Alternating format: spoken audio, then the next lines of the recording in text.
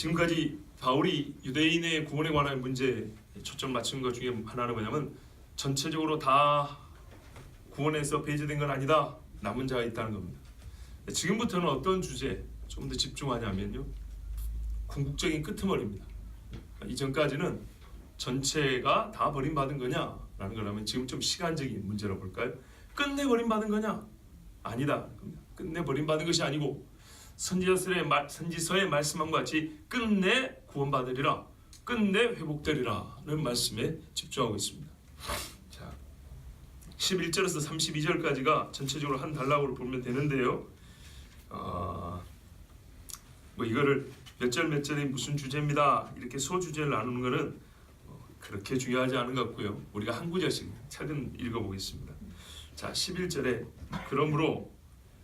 그러면 이스라엘 백성들이 하나님 말씀 안 들으니까 다윗의 기도에도 그렇고 이사야 선지자의 예언에도 그렇고 혼미한 심령 주시고 보지도 못하고 듣지도 못하고 아무리 봐도 보이지 않고 아무리 들어도 들리지 않는 이런 지경이 빠져서 이스라엘 백성들 다 망하게 된 것이냐?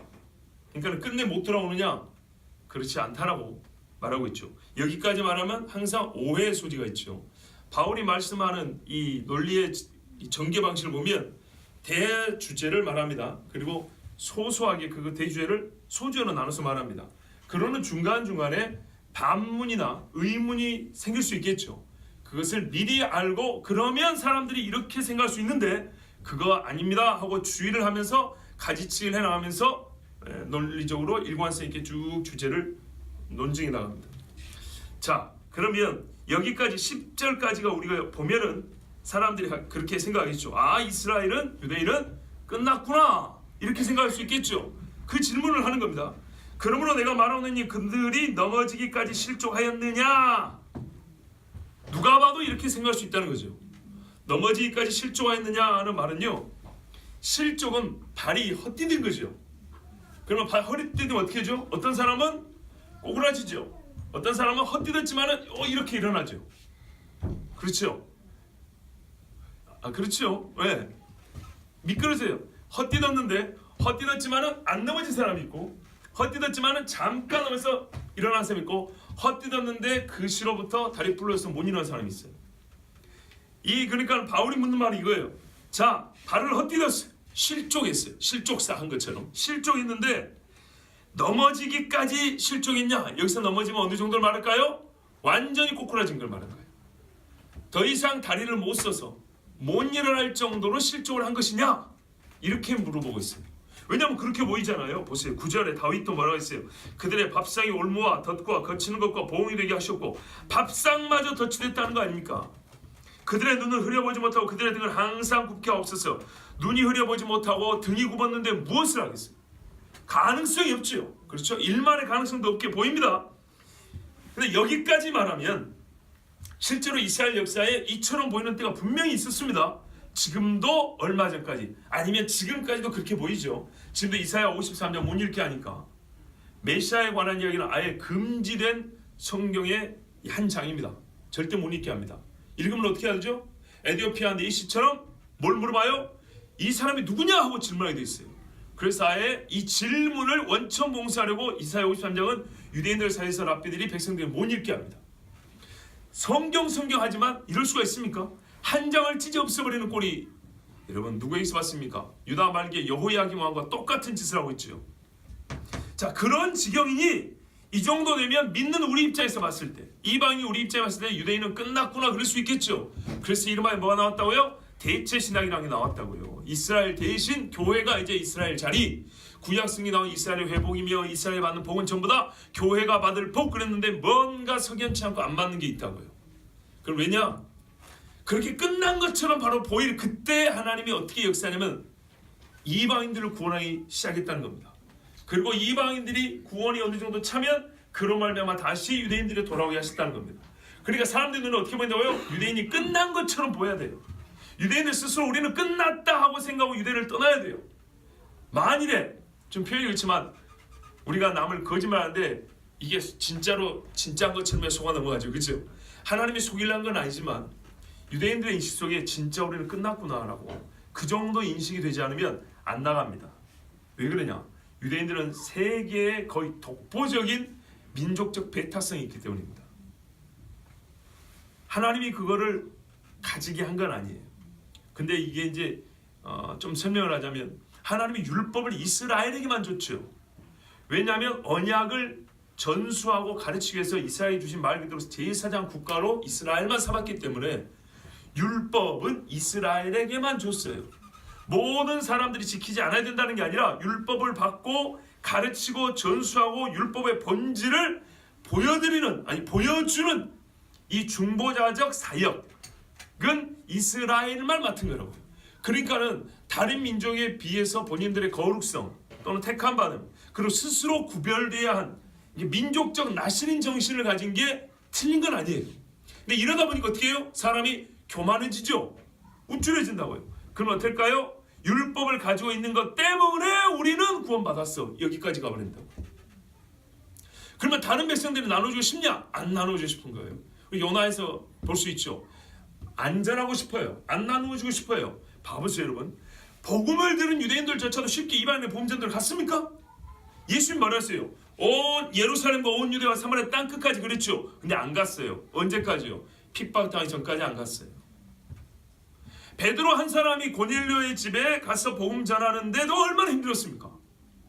하나님이 환상을 2번씩이나 보여주고 설명을 해주니까 그때서야 돌아갔지요. 그렇죠? 그 후에는 어떻게 됐죠?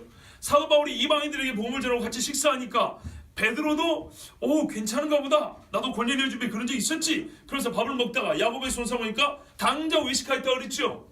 이게 바로 뿌리 깊은 유대인의 종교적 배타성입니다. 그러면 이거를 깨뜨리고 말 그대로 이방인과 유대인이 하나 되어서 이 양문에 들지 않은 양들까지 중간에 막힌 나무를 허시고 에베소서 마침처럼 온 세계가 예수 이름을 하나 되게 하려면 어떻게 할까요? 할 수 없이 이스라엘은 쳐야 합니다. 그 뜻을 쫓아보내야 됩니다. 그런데 하나님은 한 가지 일을 행하실 때 복수의 의미를 갖고 하시죠. 첫째는 이들이 예수 그리스도를 못 박아 죽였으며 그냥 죄값이요. 둘째는 이방인을 구원하기 위한 수단이요. 셋째는 이스라엘도 궁극적으로는 구원하기 위한 방법으로 하나님은 이스라엘을 쳤습니다. 맞지요? 바로 그 이야기입니다. 우리가 읽는 이 말씀이 그 말입니다. 그러니까 그들이 자기들이 생각해도 우리는 끝났다라고 생각할 지경이 되지 않으면 이스라엘의 이 독보적인 정말 이 끈질긴 민족적 배타성은 절대 없어지지 않습니다. 그런데 여기에 너무나 집중한 현대 신학자들은 복음이라는 것이 유대인의 배타성을 넘어가서 온 세계 만방들에게 뭐랄까요? 그러니까는 예수 그리스도가 오심으로 말미암아 대속 죽음이 아니라 예수님이 오신 것은 민족적 배타성을 깨뜨리라고 가르친 것이다. 민족적인 배타성을 뛰어넘는 것이 복음이다. 이렇게 주장하는 신학자들이 있습니다. 무슨 말인지 이해가 됩니까? 세 분, 네 분 것도 있으니까 한 번만 더 말씀드릴게요. 이미 하나님은 쉽게 말하면 구약 시대 때 구원 얻는 참 방법을 다 가르쳐 줬는데 유대인들이 그것을 자기만 갖고 있으니까 예수님이 와서 한 일은 그러지 말고 그 벽을 허물고 이방인에게도 나가야 된다라고 예수님은 그걸 가르쳤다는 얘기예요. 나를 믿으라가 아니라. 뭔 말인지 아시겠죠? 그러니까 이게 정말 중요한 것을 하나 깨우치면서 인간의 이 타락한 이 못된 마음은 귀한 걸 깨우치라고 주신 말씀을 갖고 또 다른 못된 교리를 만들어내요. 이방인이 구원을 얻기까지 하려면 예수 그리스도를 믿어야 된단 말이죠. 근데 예수 그리스도를 믿는 이 믿음을 전하는데 방해되는 게 뭐냐면 이스라엘이 기존에 갖고 있던 율법 백성이라는 이 자부심이 이스라엘을 다른 민족과 구분되기도 했지만 어떻게 해요? 자기들에 대한 교만을 쌓고 다른 백성들을 개취급을 했단 말이죠. 근데 복음을 받았는데도 불구하고 어떻게 하면 이게 안 깨뜨려지는 거예요. 복음을 받아도 우리만 구원받는 거예요. 우리만. 예수 믿는 유대인들조차도. 그래서 어떻게 한다고요? 반드시 이것을 깨야. 왜? 그들이 복음을 받았으니까 증거할 거 아닙니까? 제자들이 유대인들 아닙니까? 그래서 어떻게 했다고요? 하나님은 이스라엘에게, 유대인들에게, 구원받은 이스라엘에게도 당신들이 이방인에게 가서 복음을 전해야 된다. 예수 믿어야 구원받는다는 이 소식을 전하기 위해서는 어떻게 해요? 강제로라도 그들은 쫓아내야 됐다고요. 유대인들 사이에서 엄청난 핍박을 받게 했다고요. 아니 이거 우리 구원을 유대인이 받았는데 사마리아 사람이 아니라 유대인이 우리가 받았는데 유대인이 배경을 한단 말이죠. 그럼 할 수 없이 어디로 갈까요? 사마리아로 간단 말이죠. 이게 예루살렘 교회 핍박받은 사건 아닙니까? 할 수 없이 이방으로 간단 말이에요. 그런데 가서 내가 예수 믿으니까 내키든 내키지 않든 내가 예수 믿고 예배드리고 복음을 말하고 하는데 이방인들이 막 달라붙고 믿는단 말이죠. 그럼 어떻게 생각할까요? 뭔가 우리가 생각 좀 다른데? 하고 다시 예수님의 말씀을 보고 성경을 보니까 뭐래요? 이 복음을 어떻게 해요? 천하 만민에게 생명을 주시려고. 아하! 이렇게 해서 약간 강제적인 많은 이 완악한 마음들이 깨져서 이방인에게 복음 전하는 것이 길이 열리고, 그리고 이방인들이 급속도로 예수 그리스도를 믿고 따라오는 사람들이 이제 제자 수가 늘어나는 거죠. 그렇게 되면, 그리고 지금 2000년이 흘렀죠. 이렇게 되면 어떻게 한다고요? 이스라엘이 이 모습을 보고 시기나 그들이 못 박은 예수 그리스도를 믿게 된다는 겁니다. 반드시 회개의 역사 함께 있어야 되겠죠. 그 이야기입니다. 그러니까 우리가 깨달을 게 뭐냐면, 그들이 분명히 실족을 했어요. 실족을 했다는 게 대표적인 뭐예요? 예수를 죽였어요. 하나님의 복음을 이해하지 못했어요. 대부분 받아들이지 않았어요. 그러면 물론 믿지 않은 개인은 분명히 구원을 못 받죠. 그런데 지금 우리는 민족적 차원의 얘기를 하고 있죠. 이스라엘의 민족 전체는 그만 완전히 실족해서 다리가 부러져서 못 일어날 지경이 됐냐? 그건 아니다 그 말이에요. 그럴 수 없느니라, 이게 대답입니다. 그럼 그럴 수 없으면 무슨 이유이냐 이 말이죠. 넘어진 데 대하여서, 아니 실족한 데 대해서는 무언가 대가가 있을 거 아니냐? 실족함에 대해서는 뭔가 의미를 가르쳐줘야 될 거 아니냐? 그렇죠. 구원의 섭리는 어떤 의미가 있다고요? 하나님께서 이방인과 유대인을 다 구원하기 위해서 실족을 시키셨다. 그렇죠. 이게 한 가지 의미라고 그랬고, 또 하나는 뭐라고요? 그들의 죄를 우리가 볼 때는 예수 죽인 죄와 하나님의 선지자들을 죽인 죄값을 분명히 하나님이 치른다 그랬어요. 그래서 실족하게 만든 것이고, 맞지요? 예, 그래서 예루살렘 없애버리고 이스라엘 교인들 다 핍박하고, 그래서 이 사람들은 흩어지게 됐습니다. 유대 백성들의 죄는 심판하되 그들이 결국에는 구원받게 하기 위해서 하나님께서 실족하게 하셨다는 겁니다. 그러므로 하나님이 시작하신 일의 맨 마지막에 뭐라고요? 구원의 맨 마지막 단계는 하나님이 붙잡고 있다 그랬죠. 그러니까는 그들이 완전히 넘어졌냐? 다리가 부러졌냐? 그렇진 않다. 그래서 그 의미를 뭐라 그래요? 그들이 넘어짐으로 구원이 이방인에게 이르러 이스라엘로 시기나게 함이니라 그랬어요. 그들이 넘어지니까 구원이 이방인에게 갔어요. 자, 그러면 여러분, 이스라엘에게 먼저 전해졌는데도 불구하고 이스라엘이 안 믿으니까 이방인에게 갔습니다. 이방인에 가면 이스라엘이 시기를 합니까? 아직까지는 시기를 잘 안 해요. 시기한다는 것은 시샘한다는 거죠. 원함입니다. 원함과 경쟁심의 생깁니다. 이걸 아주 쉽게 할 수 있는 것은 라헬과 레아 이야기죠. 예, 부인이 둘이일 경우에 서로 남편을 차지하려고 서로 시기하고 싸웁니다. 아들 낳기 내기를 한다. 뭐였죠? 경쟁, 시합하듯이. 그랬죠? 이것이 그거거든요. 그러면 이스라엘 백성이 세상의 교회를 보면서, 이방인의 교회를 보면서 그런 시샘을 하려면 뭐가 전제 조건이 있어야 될까요? 예? 예수 믿는 사람들이 보기 좋아야 되는 거예요. 아들이 있는 게 보기 좋은 거예요. 아들이 있으니까 남편이 그 아들을 본다고 맨날 그 장막으로 들어가는 거예요. 아들이 있으니까 남편과 부인이 자동적으로 같이 있게 되는 거예요. 그죠? 만약 아들이 있는데 더 미워한다면요, 아들이 있는데도 아무렇지도 않게 생각한다면요, 시기하겠습니까? 아니죠. 이스라엘로 시기나게 하려 합니다. 이 말은 우리는 예수를 죄인 줄 알고 거짓 선지자인 줄 알고 죽였는데, 예수 믿는 교회 이방인들로 말미암아 시기하는 게, 이방인들을 보니까 성경에 우리가 알고 있는 메시아에 대한 믿음이 그들에게 있고 실제로 그들이 믿는 예수가 메시아인 증거가 보이더라고 그 말이에요. 그리고 메시아 예수를 믿고 나니까 복을 받는 게 보이더라고 그 말이에요. 하나님이 함께한 증거가 나타나더란 얘기예요. 그러니까 시기가 나는 거예요. 그럼 교회 안에 뭐가 있어야 되죠? 반드시 성령의 역사가 있어야 돼요. 아멘. 반드시 옛날에 이사야 시대와 같이, 예레미야 시대와 같이, 느헤미야와 에스라 시대와 같이 성경 읽고 회개하는 사람도 있고요, 요시야처럼 성전을 청결하게 하면서 우상단지를 부셔뜨려버리고요, 하나님을 섬기는 예법이 있고요, 히스기야처럼 예수 믿기 때문에 전쟁에서도 이기고요, 하나님이 보여주고요, 이런 증거가 나타나면 기적으로 예수를 믿는 건 아니지만 하나님께서 메시아를 믿는 자는 반드시 생명의 빛 가운데 건너 있기 때문에 생명의 빛이 우리와 함께하는 증거가 나타나면 어떻게 된다고요? 이스라엘 사람들은 자기의 죄를 깨닫게 되고 교회를 시기하게 된다고. 이것은 미움의 시기가 아니라 부러움의 시기라 하게 됩니다. 부러움. 그러면 교회에 뭐가 더 있어야 될까요? 아까 이미 다 말했죠. 너희가 예수님이 올라가시고 육체로 함께 하지 않습니다. 성령이 임하신다 그랬죠. 성령의 권능이 임한다 그랬죠. 맞아요. 교회에요, 성령의 역사가 있어야 돼요. 아멘. 성령의 열매도 있어야 되고요. 아멘. 성령의 우리가 권능이라고 하는 정말 능력 행하심도 있어야 되고요. 아멘. 성령이 역사하면 사람이 뭐 이렇게 깨끗하게 되죠. 정결케 되는 역사도 있어야 되고요. 아멘. 하나님 말씀의 지식도 유대인들보다 훨씬 탁월해져야 돼요. 아멘. 이건 당연한 거예요. 왜? 성령께서 내가 이런 말을 너에게 가르치고 생각나게 할 것이며 장래를 내게 이르겠습니다 그랬어요. 아멘. 성령이 하시는 일이 그 일이라고. 아멘.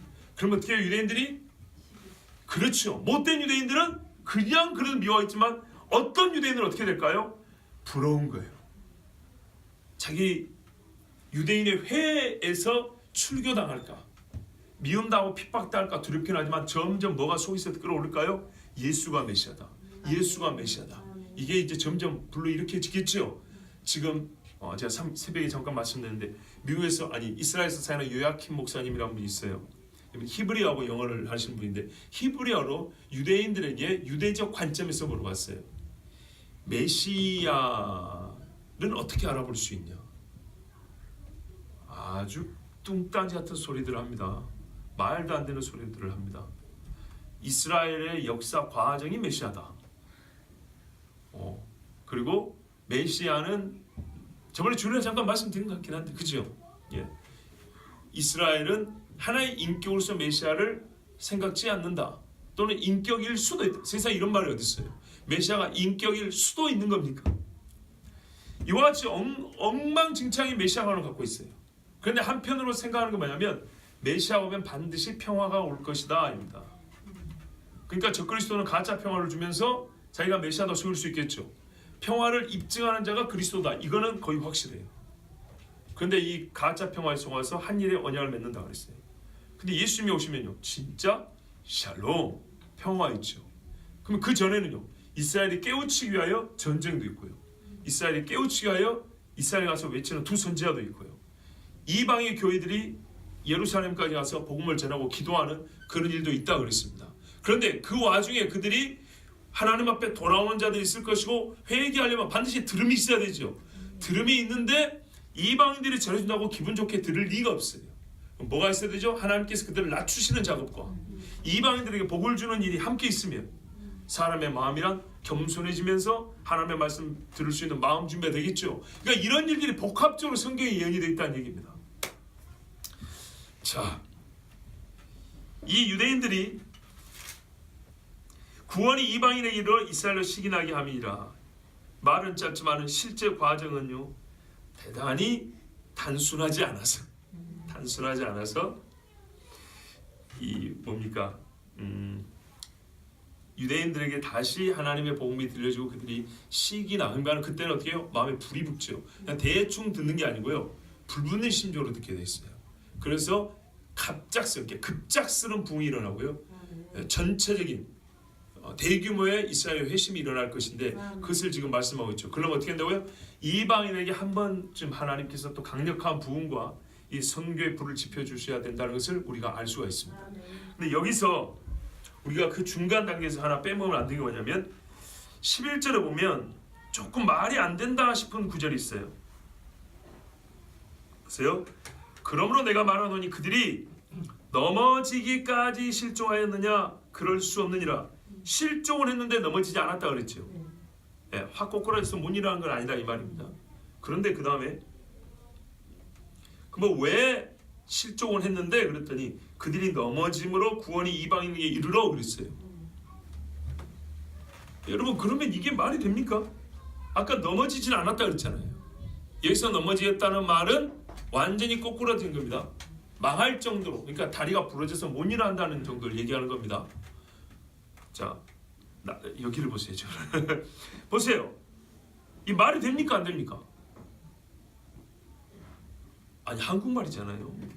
말 안 되죠. 보세요. 그들이 넘어지기까지 실족하였느냐? 아니다.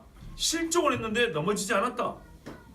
왜 실족했는데? 그랬더니 그들이 넘어져야 구원이 이방인에 이르니까. 이게 무슨 말입니까? 안 넘어졌다는데 또 왜 넘어졌다 그래요?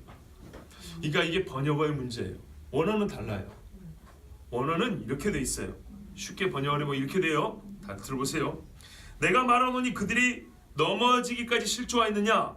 그러니까 다리가 부러져서 못 일어날 정도로 헛디뎠다는 얘기냐? 그것이 아니다. 그들이 범죄함으로 미끄러짐으로 구원이 이방인에게 이르러, 이런 말씀입니다. slip away라 그러죠. 이제 영어로 이렇게 미끄러졌다는 겁니다. 히브리 말로 하면 뭐냐면 빗나가다는 뜻입니다. 빗나가다는 말을 보통 어떻게 쓰죠? 죄를 얘기하죠. 그러니까요, 그들이 범법함으로. 구원은 어떻게 이방인에 이르게 됐다고요? 범법함으로.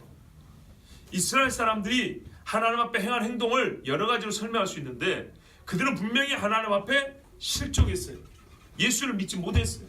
그래서 구원을 못 받는 사람이 꽤 많아요. 대부분 구원을 못 받는 게 그것 때문에 지금 이 시장은 문제잖아요. 대부분 구원을 못 받았어요. 뭐 완전히 망했냐? 끝내 망할 거냐? 아니다.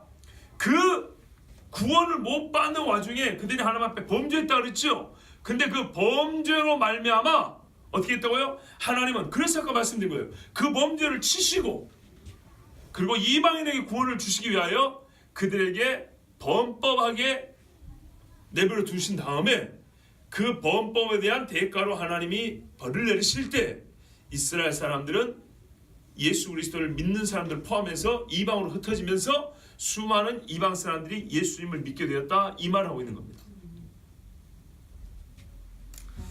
예.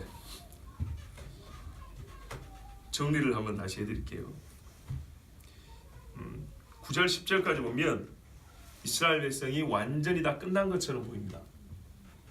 그래서 사람들이 그러면 이스라엘은 이제 더 이상 구원의 이 범주, 하나님의 택한 백성에서는 다 떨어져 나와서 이제 이스라엘은 끝났고 구원은 오직 이방인에게만 있냐? 이렇게 물어보는 겁니다. 그 질문이 넘어지기까지 실족했냐 이 말입니다. 실족의 결과 완전히 엎어져서 못 일어나냐 이렇게 물어보니까 아니다. 겉보기는 실족해서 넘어진 것 같지. 근데 사실은 그것이 하나님께서 섭리적으로 이방인과 유대인을 다 구원하기 위해서 그들의 범죄함을 잠시 허용한 것인데 그 범죄로 말미암아 이스라엘은 흩어질 것이고 이방 사람들은 그때 예수 그리스도를 믿고 돌아올 것이다. 근데 이스라엘은 그 범죄가 있죠. 범죄가 있기 때문에 하나님이 그 흩으시는 과정에서 이스라엘은 범죄에 대한 대가를 치르는 것이다. 그리고 그 죄의 값을 다 치를 때가 되면 바로 그때가 이방인들이 돌아올 때이고 이스라엘은 남은 자들 중에 뭘까요? 대대적인 회개를 하면서 깨닫고 주님 앞에 돌아온다는 거죠. 이제 요 이야기를 요약해서 11절에 하고 있습니다. 자, 그렇다면 이 일에 대하여 우리가 이제 신학적으로 말하자면 성경의 그 영적 의미적으로 이게 얼마나 깊은 의미가 있냐 하면 12절에 그들의 넘어짐이 세상의 풍성함이 되었다면, 그러니까요 자빨 틀어졌는데 그게 무슨 풍성함이 될 일이 있겠어요만은 구원에 있어서는 그렇다는 겁니다. 이스라엘 사람들이 실족해가지고 이 비틀거리고 살짝 미끄러져서, 그렇죠? 미끄러져서 넘어지긴 했어요. 근데 완전히 못 일어나는 거 아니고 이 잠깐 미끄러져서 넘어져 있는 그때 복음이 이방인에게 증거돼가지고 세상 사람들에게 생명의 풍성함을 주었다면, 그들의 실패가 이방인의 풍성함이 되었다면, 자 여기서 실패는 뭐냐면요 쇠퇴예요. 숫자가 준 거예요. 그러니까 그들이 하나님의 말씀을 불순종하고 믿지 못함이 세상의 풍성함도 되었고, 그들이 믿는 자가 줄어가지고 민족적으로도 하나님 앞에 벌을 받아서 수가 팍팍 줄었단 말이에요. 이런 일들이 도리어 이방 사람들의 풍성함이 되었다면 하물며 그들의 충만함이요, 그들이 충만하여서 하나님 앞에 돌아올 때가 되면 이방인인 우리에게는 얼마나 더 큰 풍성함이 있겠느냐 이야기입니다. 그럼 우리는 어떻게 하자는 얘기죠? 이스라엘을 외면하거나 저주하지 말고 그들의 구원을 위해 이제 함께 기도하고 노력하자는 얘기죠. 자, 그렇게 해서 우리에게 구원이 왔고 우리의 임무라는 것은 이스라엘이 시기날 정도로 하나님의 아들 메시아를 믿는 증거가 나타나 하나님의 아들을 믿는 것이 맞다는 것이 보여질 수 있는 그런 교회의 사명을 갖고 있다면, 그렇죠? 그렇게 되었다면 이 일은 그들의 넘어짐으로 말미암아 시작됐다는 거죠. 그렇죠? 그러면 이제 나중에 그들의 풍성한 때가 되면 우리는 얼마나 더 큰 복을 받겠느냐. 그러니까 이방인 교회들이요, 우리만 알고 그러지 말고 다시 이스라엘로 복음 전하기를 힘써야 된다는 것을 암시하고 있습니다. 자, 이게 왜 그러냐면요, 이스라엘 사람들은 아까 말씀드린 대로 굉장한 베타주의를 갖고 있다고 그랬죠. 그렇죠? 그 베타주의를 가지고 있어서 우리는 원래 구원을 못 받는 사람들이었어요. 그대로 내버려두면. 마틴 로이드 존스 목사가 이렇게 말했어요. 만일 유대인 전체가 처음에 복음을 믿었다면 복음의 메시지가 이방인에게 전해지는데 훨씬 더 오래 걸렸을 것이다 이랬어요. 여기나 보세요. 원래 율법 시대의 사람들은 아주 큰 베타성이 있다고 그랬죠. 근데 전체가 그 베타성을 갖고 있는 채 복음만 들어왔어요. 자기들의 구원자가 누군지 깨달았어요. 베타성은 안 없어졌어요. 그러면 전체 이스라엘이 여전히 자기들 안에서 예수를 모시고 있을 거 아닙니까? 그런데 믿는 자가 소수다 보니까 어떻게 해요? 자기들 안에서 핍박이 일어난다고요. 그러니까 어떻게 되겠죠? 아, 이 복음이란 거는 하나님 말씀대로 믿음은 모든 사람의 것이 아니라 말씀대로 유대인 중에 믿지 않는 자가 있구나. 이게 자동으로 믿는 게 아니구나. 유대인만의 것이 아니다는 것을 자기들 안에서 싸움이라고 핍박이 있으니까 깨닫게 되겠죠. 그러면 상대적으로 누구에 대한 눈이 열릴까요? 이방인에 대한 눈이 열리겠죠. 예, 그래서 자동적으로 핍박을 피해가면서 이 복음의 보편성에 대한 눈이 뜨여지면서 이방인의 복음을 전하는데 수월했다는 겁니다. 그래서 우리가 보다 더 빨리 복음을 들을 수 있었다는 겁니다. 그런데 이렇게 그 베타성 때문에 자칫하면 복음을 못 들을 수 있었던 우리가 핍박을 복음을 들었어요. 그러면 우리는 거꾸로 유대인에 대하여 교회가 베타성을 가지면 될까요, 안 될까요? 안 되는데 희한하게 2000년 동안 서구와 이 동양의 많은 교회들은 유대인에 대하여 혐오 내지는 베타성을 가지고 있었다 이 말이죠. 맞지요? 어떻게 해요? 자기들의 주를 죽인 놈의 새끼들 막 그러면서 그랬죠. 그걸 잘했다는 건 절대 아니다. 그건 큰 죄입니다. 그래서 우리의 자손에게 그의 피값을 돌리라고 하는 것은 말 그대로 이루어졌습니다. 엄청난 피를 흘렸습니다. 그걸 부인할 수 없는 사실입니다. 그러나 우리는 그 죄책이 없냐? 다 책임 있는 사람들입니다. 그런데도 불구하고 어떻게 해요? 하나님이 우리로 하여금 예수 믿게 만들었으면 우리는 어떻게 해야 될까요? 유대인들에게 자칫하면 그들이 다른 민족을 개로 취급하는 그 사상 때문에 복음을 못 들을 뻔했는데 하나님께서 그거를 깨뜨리시고 복음을 전하여 늦게 했다면 우리는 어리석게도 옛날 유대인이 가졌던 것처럼 이제 복음은 우리 이방인에게만 이러면 안 되겠죠. 당연히 이스라엘에 가야죠. 그리고 우리는 이렇게 처음부터 복음을 이렇게 들었기 때문에 꿈에도 우리는 이스라엘에 가서 유대인들과 같이 찬양하고 같이 예배할 때는 어떨까요? 진짜 복음을 들은 우리는 어떻게 해요? 그런 베타성이 없는 잘못된 왜곡된 베타주의가 없는 우리는 어떻게 해요? 훨씬 더 기쁘겠죠. 말이 안 통해서 문제지. 말이 안 통해도 기쁘지 않아요. 그런데 처음에 유대인들은 이걸 싫어했어요. 그래서 우리가 알 수 있는 게 뭐냐면 사도행전 15장에 있던 예루살렘 공회 같은 것도 그렇게 생긴 겁니다. 이방인이 예수를 믿을 경우에 이것저것 지키게 해야 되냐 못 지켜야 되냐, 이방인끼리 전도할 때는 그런 게 문제가 안 되거든요. 근데 유대인이 이방인을 전도할 때는 그런 게 문제가 돼요. 왜냐면 유대인이 우리가 지키고 있는 요거 저 사람들한테 지키게 해야 되지 않을까? 그래야 예수 믿는 것이지 하고 자기들이 틀을 만들어 놓은 게 있었어요. 보세요. 예수를 믿지만 지식이 온전하지 못할 때는요, 이런 하나의 의식을 가지고 이렇게 싸우게 돼 있어요. 그리고 성령께서는 지혜를 주사 성경을 해석할 수 있는 능력을 주사 조금씩 개선하고 수정할 수 있게 해주셨어요. 그래서 음행과 우상 숭배와 뭡니까? 피채 먹는 것과 그것도 뭐가 있죠? 하나 있는데 목매어 죽인 거. 요거 말고는 그 상관하지 말자 그랬어요. 자, 그런데도 불구하고 유대인들이 놓칠 수 없었던 한 가지가 있어요. 예수를 믿더라도 이거는 해야 돼라는 게 있었어요. 그것 때문에 또 복잡했어요. 그게 뭐죠? 맞아요. 할례. 예. 왜냐하면 이게 아브라함 언약의 이게 표였거든요. 근데 복음이 뭐죠? 예수를 그리스도를 믿으면 아브라함이 유업을 아브라함 자식 된다 그랬거든요. 근데 아브라함 자식이 되는데 아브라함의 언약의 표가 없어. 그런 표가 없는 놈들하고 우리하고 예수 믿으면 그냥 형제 되는 거예요? 이게 유대인들 마음에는 내키지 않은 거예요. 내키지 않아요. 우리가 예수 믿고 모든 사람이 우리도 이방인 주제 어떻게 해요? 솔직히 말해서 동남아시아 하면 이 사람들 예수 똑바로 믿나? 그러죠. 오만해가지고. 예? 저 껌쟁이들이 예수 제대로 믿는 건가 막 춤추는데 저게 예수를 믿고 춤추는 건가 아니면은 샤머니즘하고 기독교를 짬뽕한 건가 그러죠? 아니라니까요. 짬뽕한 인간도 있지만 제대로 믿는 사람이 있어요. 조선 사람도 옛날에 그거 뭡니까 삼신할매하고 예수 믿는 거하고 섞은 사람도 있지만 온전하게 그것들 다 보고 예수 믿는 사람이 있죠. 똑같아요. 그런데 우리도 은근히 어떻게 해요? 경제적으로 못 사는 나라, 정치적으로 좀 수준이 낮은 나라가 어떻게 돼요? 신앙심도 수준 낮은 거 덜 떨어진 줄 알아요. 그래서 처음에 한번 테스트 해본다고 이것도 모르고 저것도 모르고 그런 짓 하면 안 된다고요. 이제 확 이해가 되시죠? 유대인들은요 이보다 100배 1000배 큰 거예요. 할례를 안 받아. 그런데 언약 백성이라고? 근데 어떻게 신앙관 교리는 뭐죠? 예수 그리스도를 믿음으로 우리는 의롭다함을 받아. 이 말씀을 할 때는 100% 아멘인데 할례 얘기 나오면 또 별개인 거예요. 할례 안 받으면 구원받다 할 수 있나? 이래가지고 갸우뚱한 게 유대인이었어요. 그렇게 어려웠던 겁니다. 초대교회에 훌륭한 점이 많지만 그래서 여러분 신학이라는 것, 즉 성경을 해석한다는 것이요. 신학은 하나님의 우리가 갖고 있는 신앙의 행태를, 우리의 신앙 행위를 성경을 통하여 확인하여가는 교회의 작업이라고 했어요. 교회. 성경에 보세요.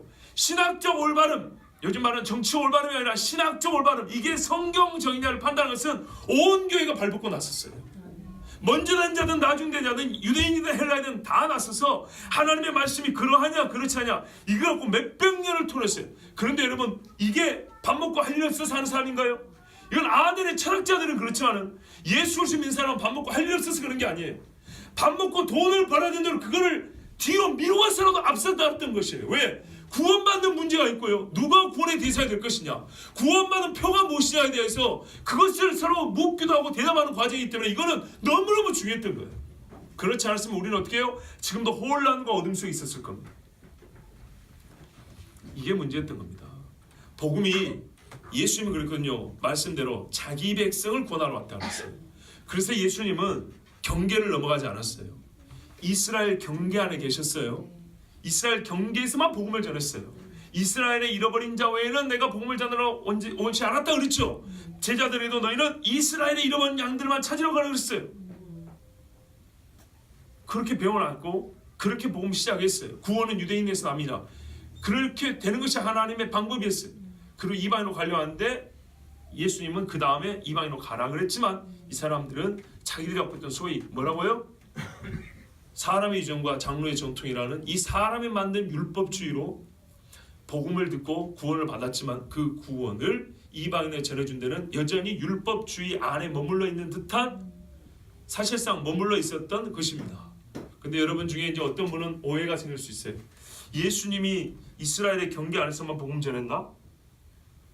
저기 두로와 시돈까지 가지 않으셨는가? 그렇죠? 그런 생각 하신 분 계셨을 거예요. 맞습니다. 두로와 시돈은 이스라엘 지경이 아닙니다. 그런데 왜 저는 아까 확정적으로 예수님이 이스라엘 지경으로만 가셨다 했을까요? 여러분, 우리가 예수님 당시에 국경이 두로와 시돈이 이스라엘 땅이 아닌 것이지 성경이 약속한 이스라엘의 경계는 시돈 땅까지 들어갑니다.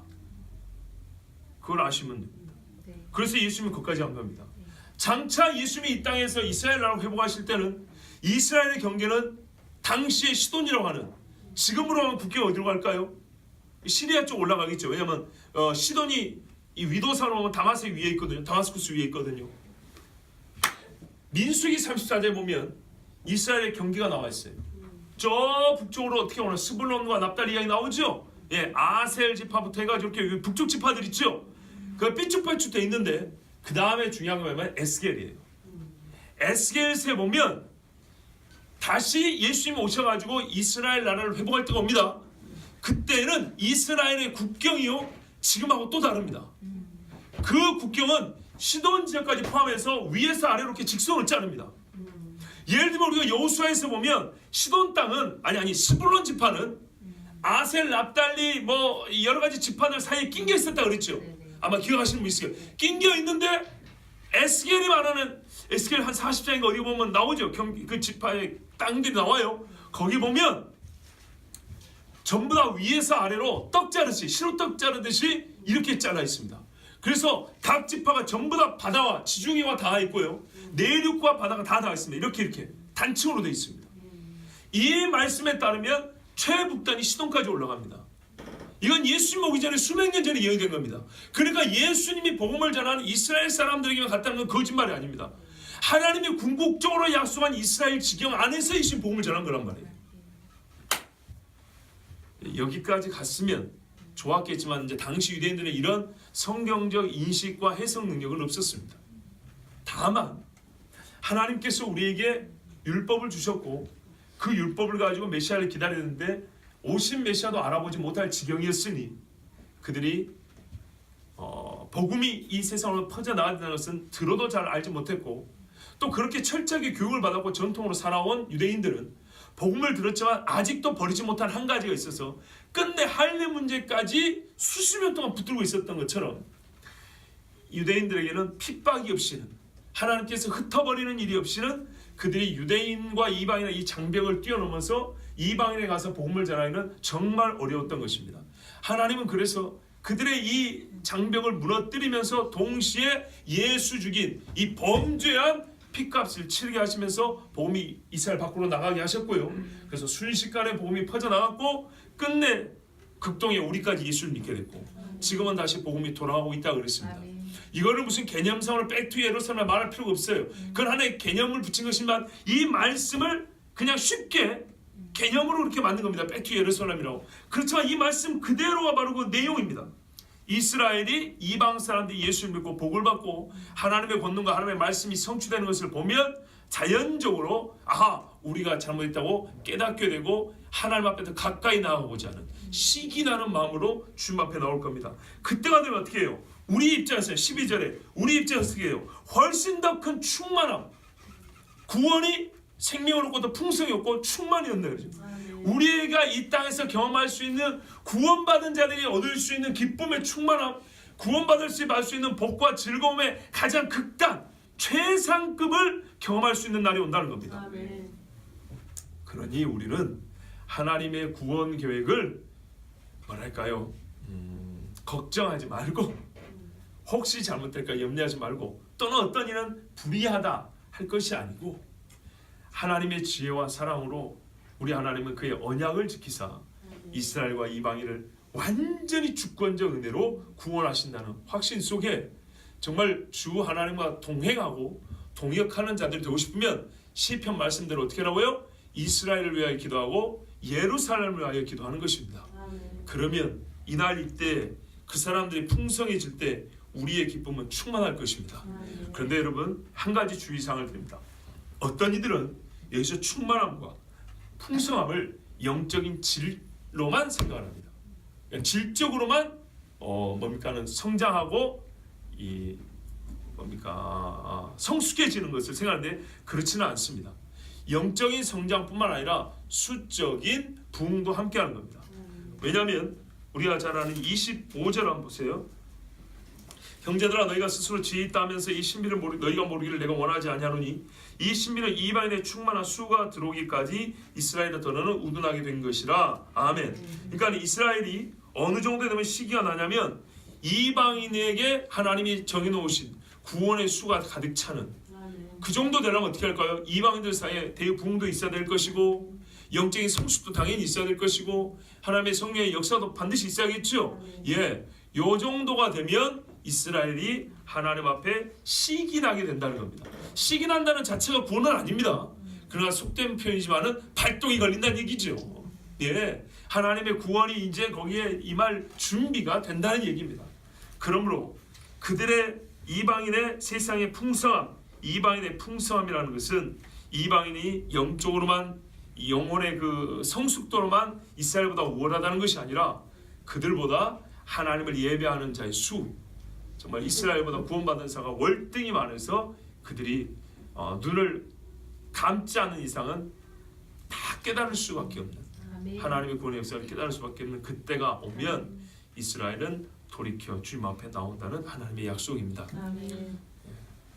그때까지 우리 모두 살아있어서 우리 눈으로 같이 봤으면 좋겠습니다. 그때까지 우리가 함께 기도하고 그 기도의 열매를 같이 맛보기를 원합니다. 우리 함께 이 시간에 기도합니다.